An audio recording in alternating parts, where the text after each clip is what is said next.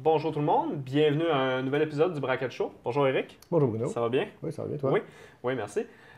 Donc aujourd'hui, tu voulais nous parler de plusieurs petits aspects pour nous amener à faire du clean code. Dans le fond, du code qui est propre, quelque chose Ouais. qui enlève des éléments louches qu'on peut peut-être des fois faire sans nécessairement s'en rendre compte parce qu'on est toujours dans des délais, dans le travail, ça passe vite, puis Ouais, puis en fait, c'est une série que je veux faire sur Clean Code, comme tu dis, puis j'ai déjà donné des présentations là-dessus. Ceux qui ont vu la présentation top 5 des meilleures façons d'améliorer votre code, c'est dans cette série-là.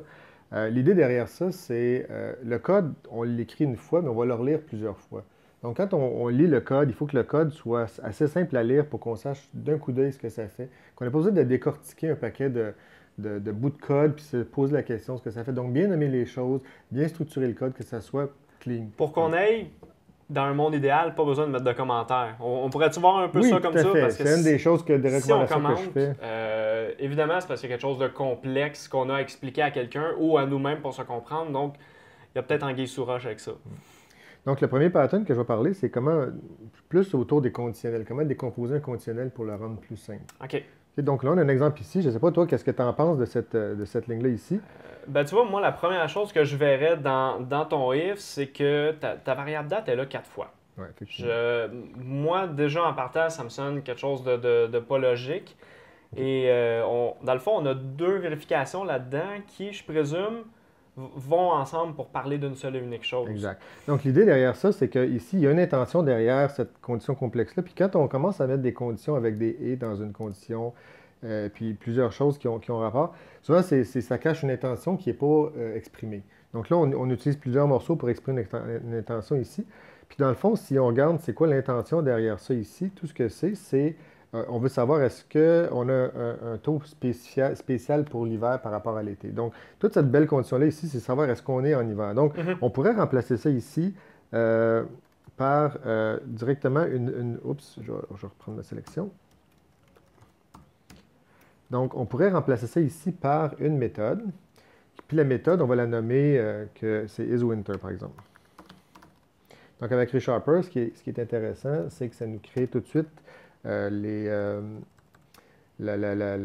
passage de paramètres date. Donc, il va le passer correctement, puis il nous donne ici une espèce d'approximation de ce que ça va ressembler.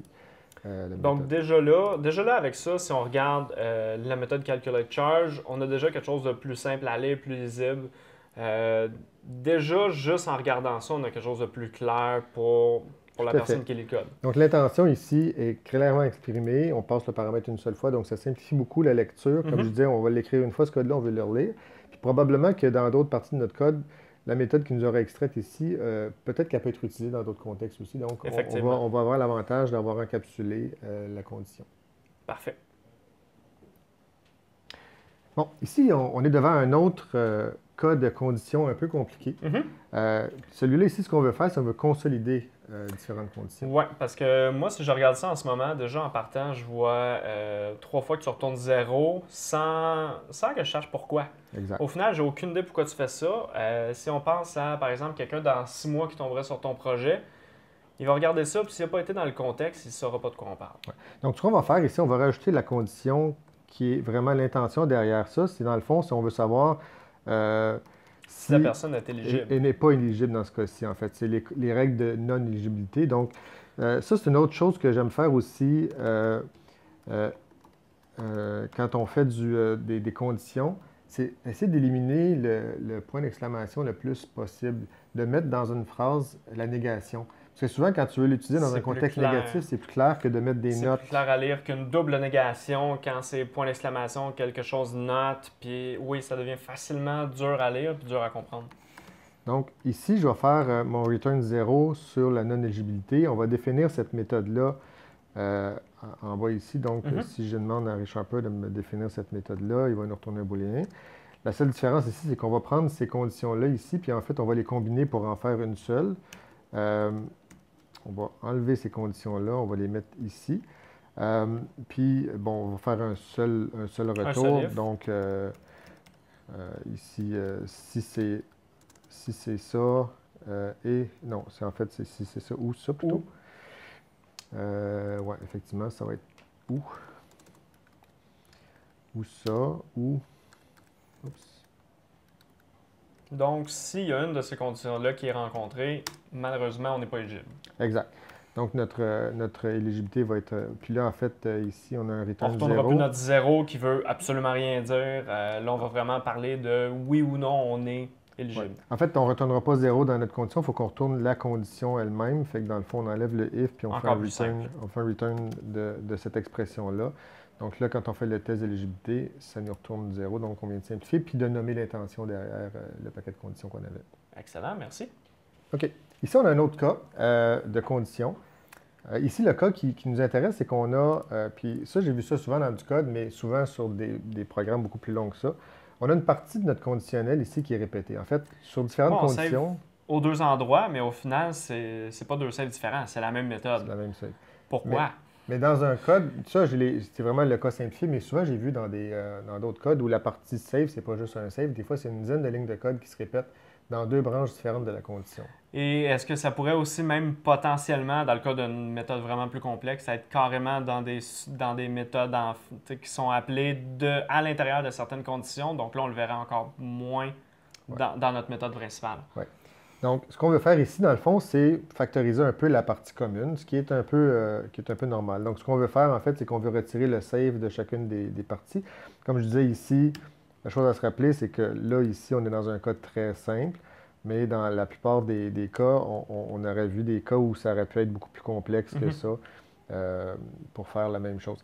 C'est un concept qui est, comme je dis, bien simple, mais tellement de fois on voit mal appliqué. Donc l'idée, c'est ça, c'est vraiment s'assurer d'avoir la partie commune à l'extérieur de ta condition. Des fois, je présume que souvent, ce qui arrive, c'est qu'on fait une partie de notif, on décide, exemple, qu'il faut qu'on sauvegarde. Éventuellement, on n'avait pas de else au début, on en rajoute un, notre code évolue, puis c'est là qu'on le rajoute sans penser que il était là puis qu'on aurait pu le centraliser. Ça, c'est le cas classique du code qui se dégrade avec le temps, comme tu dis, en rajoutant des conditions. Tu n'y penses pas, tu le fais machinalement, puis tu te ramasses avec de plus en plus de duplication de code. Il y a des outils qui permettent de trouver la duplication de code, puis souvent, ben, c'est ça que ça résulte. Puis quand tu as de la duplication de code, il peut y avoir une petite différence entre les deux branches de ton if qui est subtile, où tu as corrigé un bug à une place parce que tu avais un problème.